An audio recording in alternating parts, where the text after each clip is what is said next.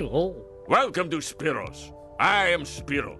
Not the Spiro on the sign, that's my brother. The most celebrated television show in American history was sketched out in a waiting room lobby in about 45 minutes by a man who was terrified of losing his ownership rights to a comic strip about a depressed rabbit.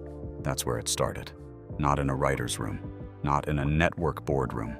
A lobby, a legal pad, and a cartoonist who had exactly one meeting to pitch something, anything, before the opportunity disappeared forever. 36 seasons later, The Simpsons is the longest-running scripted primetime series in American television history. It has won more than 30 Emmy Awards and a Peabody. It has been called the greatest television series of the 20th century by Time magazine. Characters from it have entered the Oxford English Dictionary, and virtually none of that was supposed to happen. Today, we're going inside the show that changed television. 12 secrets that most fans have never heard, covering the chaos behind its creation, the celebrity encounters nobody planned, the voice that wasn't supposed to be female, the color that nobody intentionally chose, and the prediction so accurate that people are still arguing about it today. Stay with me until number 1. That one reframes everything you think you know about why this show has lasted so long. Let's count it down. 12. The sketch that built an empire. In 1987, a cartoonist named Matt Groening got a phone call that would define the rest of his life, and he nearly blew it completely.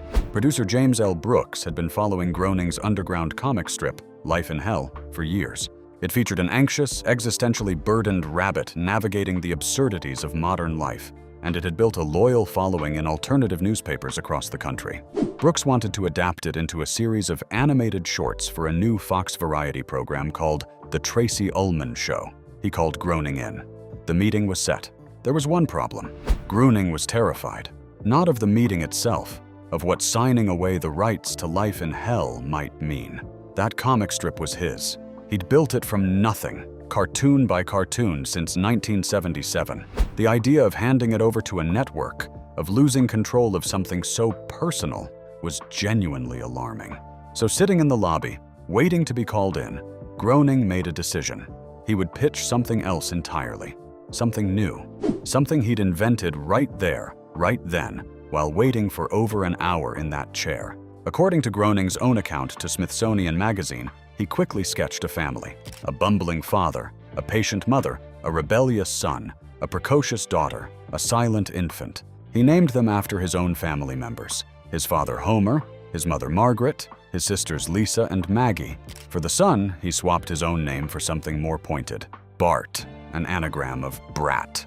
He thought Simpson was a funny surname because it sounded vaguely like simpleton. He walked into that meeting with a brand new cartoon family that hadn't existed an hour earlier. Brooks loved it. The shorts were commissioned immediately. 45 minutes of nervous sketching in a lobby. That's the origin of The Simpsons. 11. The yellow that nobody chose. Here is a detail that gets quietly buried in most Simpsons histories. Matt Groening did not decide to make the family yellow. When the animated shorts were being developed for the Tracy Ullman Show, the question of character color came up as a practical matter. Animation at that scale required consistent, distinctive coloring that would read clearly on a television screen. The decision landed not with the show's creator, not with the producers, but with an animation colorist named Gheorghe Peluche. According to the documentary series Icons Unearthed, Simpsons, Peluche simply liked yellow. That was the reasoning. Not a focus group result. Not a deliberate strategy to make the characters look alien or strange or immediately recognizable. She liked the color, and she applied it. The effect turned out to be quietly revolutionary. Yellow skin meant the family didn't read as any specific ethnicity. It gave them a visual neutrality that allowed virtually any viewer to see themselves in the characters, or at least not feel excluded by them. It also meant that in any crowd scene, on any merchandise, in any cultural context, a Simpson character was immediately identifiable, even in silhouette, even in miniature, even to someone who had never watched a single episode. Brian Volkweis, director of the Icons Unearthed documentary, put it plainly. This arbitrary decision to make them yellow, that's a big part of why somebody who has never watched an episode of The Simpsons can identify Bart or Homer or Lisa. One colorist, one preference, one of the most recognizable visual identities in the history of popular culture. 10. The voice that Fox tried to hide. Bart Simpson is one of the most iconic characters in television history. Sardonic, irreverent, endlessly quotable, and voiced from the very beginning by a woman from Dayton, Ohio, whom Fox actively tried to keep invisible. Nancy Cartwright came in to audition for the role of Lisa Simpson. When she arrived, she found that Lisa was described at that point simply as the middle child, vague, underdeveloped, not yet the intellectually fierce character she would become. Cartwright looked at the breakdown for another character. Bart was described as devious, underachieving, school-hating, irreverent, clever. She walked over to Matt Groening and asked if she could read for Bart instead. He said yes. She gave one take. Groening hired her on the spot. Bart's voice came naturally to Cartwright. She had traces of it from earlier voice work on other animated series, and she found it easy and instinctive to perform. One of his most memorable catchphrases, "Eat my shorts," was not in any script.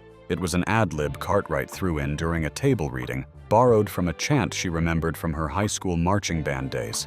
It stayed in. It became iconic. But here's where it gets genuinely strange. During the first season, Fox issued a specific instruction. Cartwright was not to give interviews. The network did not want it publicly known that Bart Simpson, who was exploding into cultural phenomenon status, selling merchandise by the millions, being called television's brightest new star, was voiced by a woman. The fear, apparently, was that the revelation would undermine the character's credibility with audiences. Cartwright has said her normal speaking voice carries no obvious trace of Bart. She is rarely recognized in public. She once described it as the best acting job in the world, performing one of the most famous characters alive in complete anonymity. She ad-libbed the catchphrase. She was hidden by the network, and Bart Simpson became a generational icon anyway. 9th, the theme that almost wasn't. When Matt Groening needed a composer for the Simpsons theme, he had a specific vision, something retro-styled, something that felt like it came from a different era, something that would announce the show before a single frame of animation appeared. He approached Danny Elfman, a composer whose background was in the punk and new wave band Oingo Boingo, and who had recently scored Tim Burton's Pee-wee's Big Adventure and Beetlejuice. Elfman wrote the theme in 2 days. That piece of music, that sweeping, frantic, playfully orchestrated 90 seconds of television gold, took 48 hours to compose. Elfman has since described it as the most popular piece of music in his career. More popular, by most measures, than his scores for Batman, Edward Scissorhands, or any of the dozen major film scores he is otherwise celebrated for. And yet, Elfman had no expectation of that outcome. In a remarkably candid interview, he said he wrote the piece thinking nobody would ever really hear it, because he genuinely didn't believe the show had a chance. "I'm so flabbergasted and amazed that it has lasted as long as it did," he admitted. "I wrote this crazy piece of music, and I expected no one would hear it." The opening sequence that uses that theme was also designed with a specific structural purpose that most viewers never consciously register. 3 elements change every single episode: Bart's message on the school chalkboard, Lisa's saxophone solo, and the couch gag at the end of the family's run to the living room. This variability was originally engineered to reduce the amount of static animation the production needed to create for each episode, a budget management tool, dressed up as a recurring joke. It became one of the most anticipated few seconds on American television every week for 36 years. If you enjoy going this deep on the shows that actually shaped American culture, go ahead and subscribe. We do this every week. The real stories, the ones that didn't make the press release. 8. Michael Jackson's secret cameo. This is the story that most Simpsons fans think they know, and almost none of them know the full version. In 1991, The Simpsons was already a phenomenon. Its 3rd season was about to begin. And then Matt Groening received a phone call. It was Michael Jackson, the most famous entertainer on the planet. He was a fan of the show, he said, and he wanted to do a guest spot. The episode written for him, Stark Raving Dad, cast Jackson as a large, soft-spoken white man in a psychiatric facility who claims to be Michael Jackson. The character's name was Leon Kompowski. Homer, unfamiliar with the real Jackson, simply believes him and befriends him. The episode was genuinely touching, ending with a birthday song Jackson's character writes for Lisa. But here's the detail that most people miss. Jackson went uncredited. He insisted on it. His name appears nowhere in the episode's credits. The character is listed as being voiced by John J. Smith, a pseudonym. And there's a further layer. Because of contractual obligations with his record company, Jackson's actual singing voice was not used. A sound-alike named Kip Lennon recorded the musical parts. Jackson did reportedly record his own versions of the songs, but according to the show's music editor, those recordings were not used in the final cut. What Jackson was apparently doing, in part, was playing a very elaborate private joke on his own brothers. He told them the impersonator was him. They believed it. He found this extraordinarily funny. The episode aired. It was acclaimed. For years, the identity of John J. Smith was an open secret rather than a confirmed fact. Jackson's involvement was widely reported, but never officially acknowledged during his lifetime. In 2019, following renewed allegations against Jackson, the episode was pulled from circulation entirely, making it one of the few Simpsons episodes that has effectively been removed from the official record. The most famous person in the world appeared in the show under a fake name, had someone else sing for him, used the experience to prank his brothers, and then the episode was quietly withdrawn from history. 7. The prediction that nobody can explain. In the year 2000, the writers of The Simpsons sat down and produced an episode called Bart to the Future. It was a flash-forward story, set in a future where Lisa Simpson has become President of the United States. In the episode, newly inaugurated President Lisa faces her cabinet and delivers this line: "As you know, we've inherited quite a budget crunch from President Trump. Donald Trump would be elected President of the United States 16 years later." This is the most discussed of what has become a significant cultural conversation about The Simpsons and its apparent ability to anticipate real-world events. The list is genuinely long and often specific. A 1994 episode depicted a handheld device that functioned like an autocomplete search engine. A 1995 episode imagined the Higgs-boson particle equation years before scientists confirmed its existence. A 1998 episode showed a 20th Century Fox sign with "A division of Walt Disney Company" written beneath it, 2 decades before Disney acquired Fox.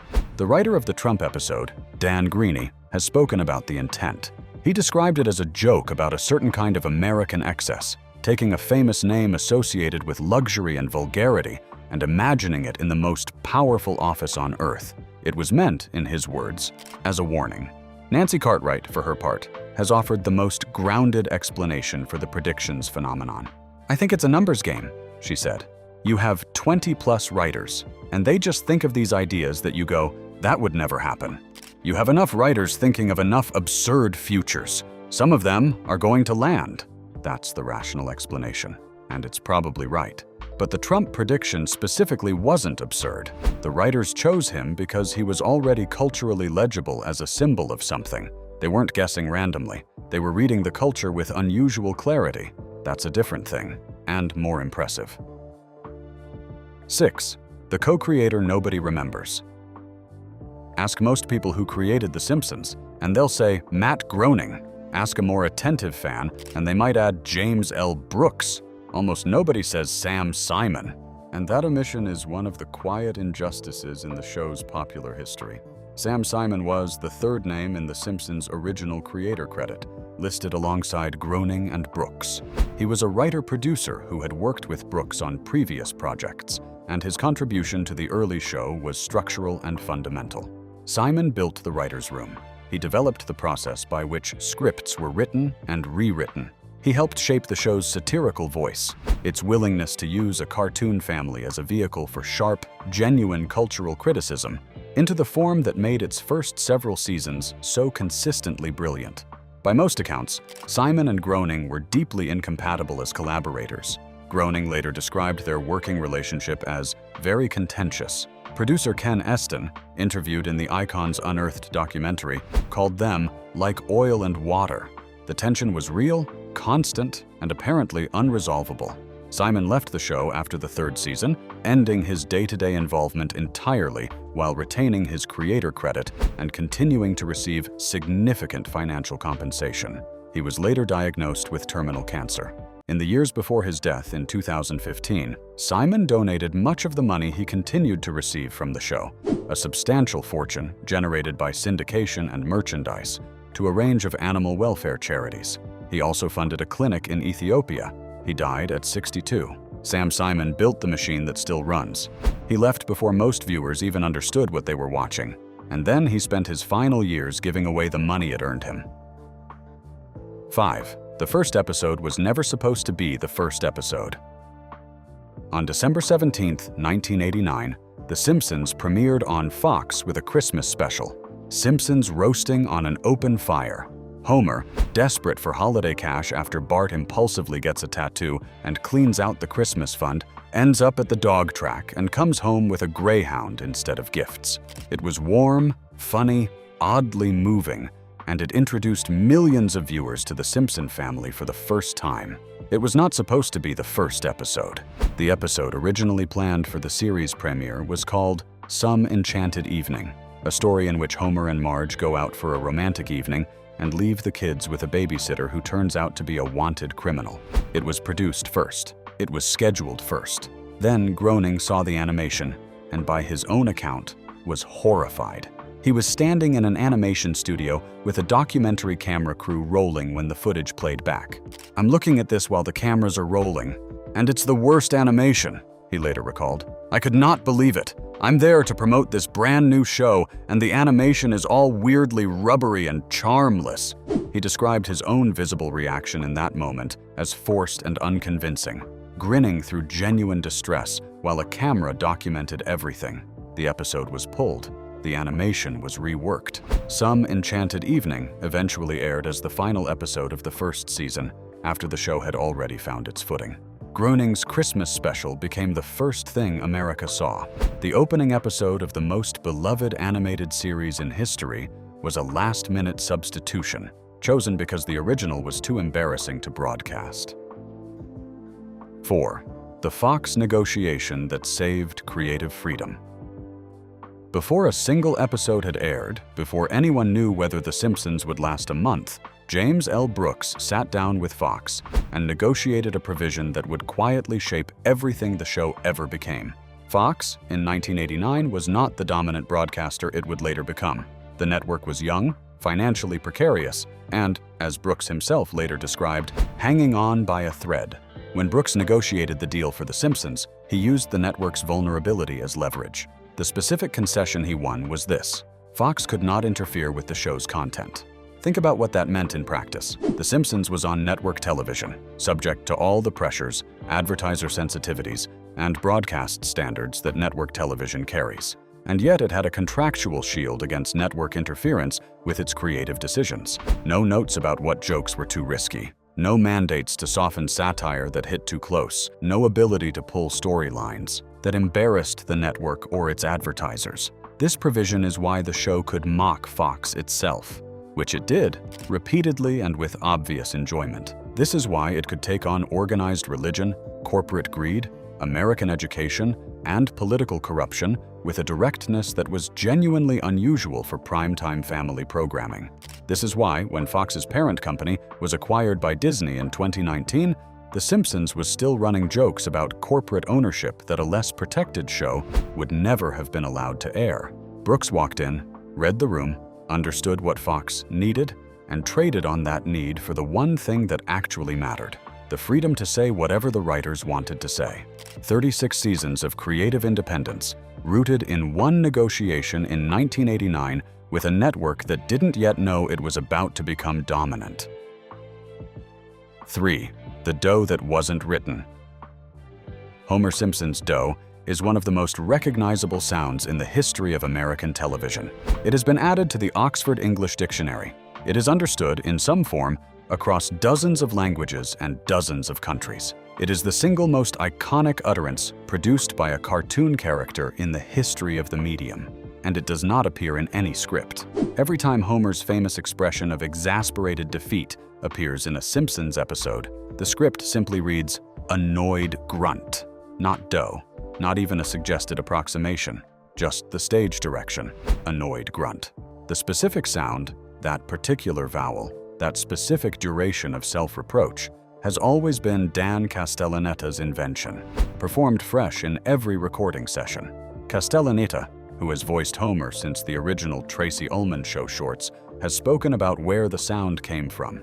He based it on actor Jimmy Finlayson's drawn-out "doo" from the Laurel and Hardy films, a slow theatrical expression of dismay that Castellaneta shortened and sharpened into something more percussive and immediate. What came out was the dough.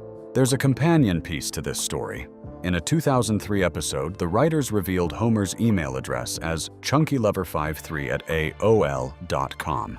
Episode writer Matt Selman had actually registered that email address in advance. Within minutes of the episode airing, the inbox had hit its message limit.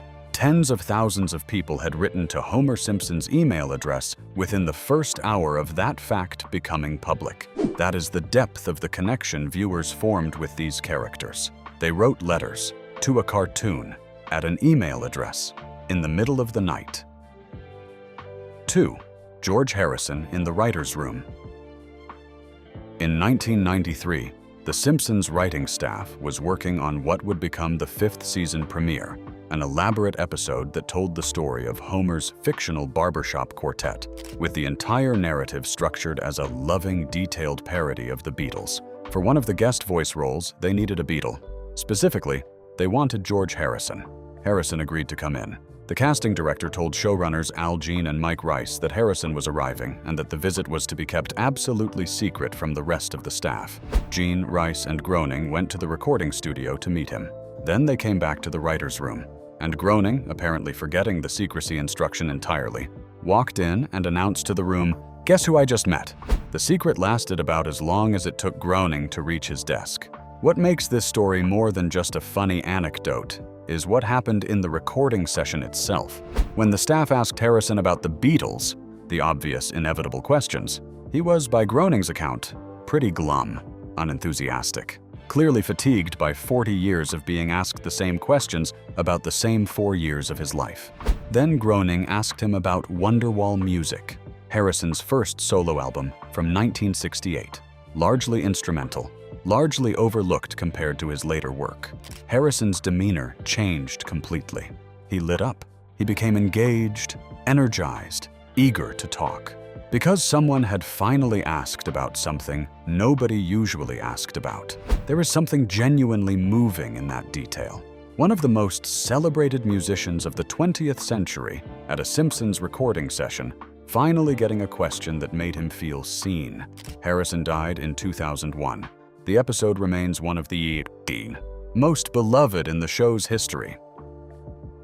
1. The show that outlived what television was. And here is the secret that contains all the others. The Simpsons premiered in 1989 on a network that, as James L. Brooks put it, was on the verge of bankruptcy. Fox was a genuine experiment, a fourth broadcast network in a world of 3, founded on the bet that American audiences wanted something the big players weren't giving them. The Simpsons was part of that bet. It was edgy, satirical, visually unlike anything else on the air, and built around a family that looked nothing like the families television had been presenting to America for 40 years. In its first seasons, it redefined what animated television for adults could be. It attracted the most gifted writing staff in television. At various points, the show's writers included people who would go on to create or lead some of the most critically celebrated television of the following 2 decades. The sophistication of the writing in seasons 3 through 8 is, by the consensus of most serious critics, among the finest in the medium's history. Then the television landscape changed. Cable expanded. The internet arrived. Streaming fractured audiences in ways nobody had predicted.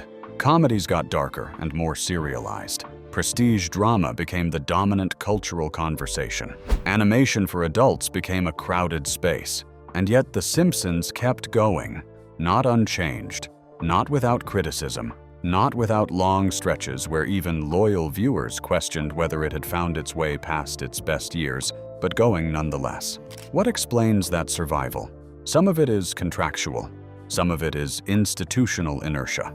But the deeper answer, the one worth sitting with, is that the show still does something specific and irreplaceable.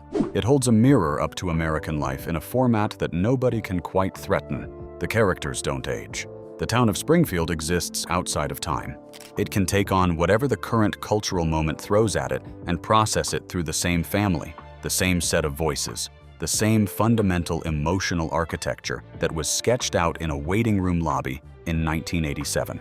Groening said it himself. Nobody thought The Simpsons was going to be a big hit. It sneaked up on everybody, and then it just stayed. Through the fall of the Berlin Wall, through the internet revolution, through streaming, through everything, Springfield is still there.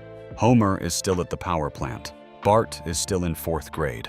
Lisa is still trying to make the world better from inside a life that doesn't always deserve her. That continuity, that refusal to end, that insistence on remaining present is itself a kind of statement about American life. The chaos continues. The family survives it. The writers find the joke inside the absurdity every single week. 12 secrets, 1 show, and a waiting room sketch that became the longest-running thing in American television history. The question I'll leave you with is this. Do you think The Simpsons should have ended years ago?